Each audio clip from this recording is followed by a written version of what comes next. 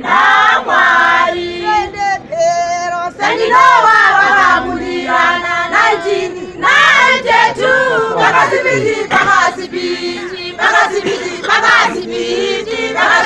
Pakasipiti wakasimudza maoko vakanongedzera kumabvasuwa Ameni, ameni, ameni, ameni, ameni, ameni, ameni. Prezendi Mnangagwa wakati Sendinoti igungwa, igungwa, igungwa, igungwa, igungwa, igungwa risingapwi.